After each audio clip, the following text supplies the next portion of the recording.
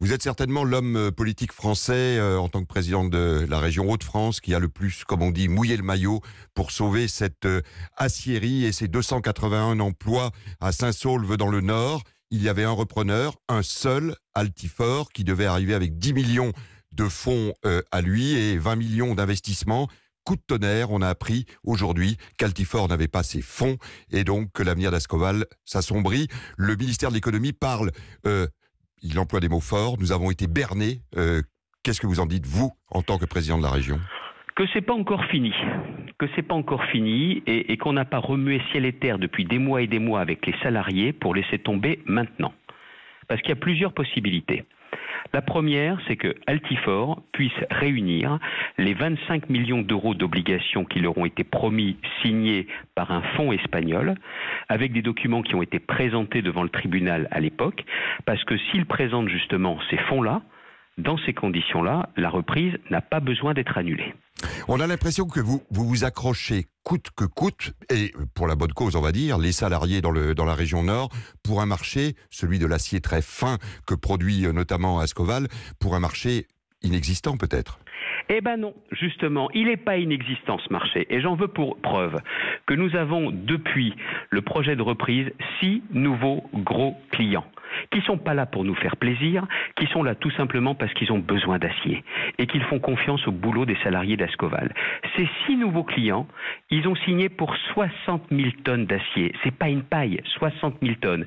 Et que nous sommes en contact, la direction d'Ascoval, M. Orban, est en contact avec 18 autres prospects, des clients potentiels qui pourraient nous amener le tonnage à près de 300 000 tonnes par an, alors que le seuil de rentabilité est à 220 000. Vous voyez qu'il n'est pas mort ce marché. Vous pouvez nous en dire un peu plus d'ailleurs sur ces clients potentiels que vous évoquez ? Oui, bien sûr, il y a des clients qui sont des clients installés en France, il y a des clients qui sont hors de France, mais qui font confiance au travail des salariés d'Ascoval. Et donc, ces 6 contrats, c'est 60 000 tonnes. Les 18 potentiels qui ne sont pas encore signés définitivement, c'est jusqu'à 300 000 tonnes, plus qu'il n'en faut pour assurer la rentabilité. La preuve que le projet de reprise, c'était pas une lubie. C'est tout simplement parce qu'il y a un besoin. Et ces entreprises... Mais qu'est-ce qui fait alors, Xavier Bertrand, que Altifort, après s'être engagé, après que l'offre a été validée par le tribunal de grande instance de Strasbourg, arrive en disant ben non, c'est pas possible? Eh bien, il y a 2 choses. Il faut être très clair là-dessus. Tout d'abord, Altifort devait amener 10 millions d'euros de fonds propres et 25 millions d'obligations. Les 25 millions d'obligations sur lesquelles s'est engagé un fonds espagnol, ils n'arrivent pas à les récupérer. Pour quelles raisons? À eux de le dire. Est-ce que c'est définitif? On aura la réponse mercredi. Les 10 millions d'euros de fonds propres, ils ont aujourd'hui plus que 10 millions sur leur compte, parce qu'on leur a demandé des explications hier lors de la réunion au ministère de l'économie et des finances à Bercy.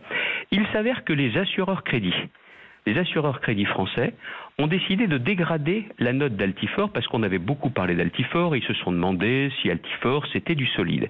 Donc résultat des courses, Altifort doit régler aujourd'hui tous ses fournisseurs quasi immédiatement, sans aucun délai, et donc leurs fonds propres sont en train aujourd'hui de fondre. Mais ça veut dire qu'il y a quand même beaucoup de personnes qui ne croient pas à ce marché que vous évoquez eh ben vous. Oui, mais c'est le cas de Vallourec d'ailleurs qui était... Les clients qui ont besoin d'acier ou on croit les technocrates? Où on croit les assureurs crédits, parce que vous savez la question des assureurs crédits, ça c'est un beau et sacré scandale français. C'est-à-dire c'est des gens qui vous prêtent leur crédit quand vous n'en avez pas besoin et qui vous retirent le tapis quand vous avez besoin d'eux. Et ça, c'est sur le dossier d'Altifort aujourd'hui, mais c'est un sujet dont on pourrait parler au quotidien pour de très nombreuses entreprises françaises. Il y a un vrai scandale d'État là-dessus. Enfin, c'est pas le problème d'aujourd'hui. Le problème d'aujourd'hui, c'est d'assurer la survie d'Ascoval. Donc, première hypothèse. Ascoval trouve les financements qui lui ont été promis et qu'ils ont promis devant le tribunal. Deuxième hypothèse. Nous trouvons dans les jours qui viennent un partenaire pour Altifort. Ou troisième hypothèse. Nous trouvons un repreneur à la place d'Altifort.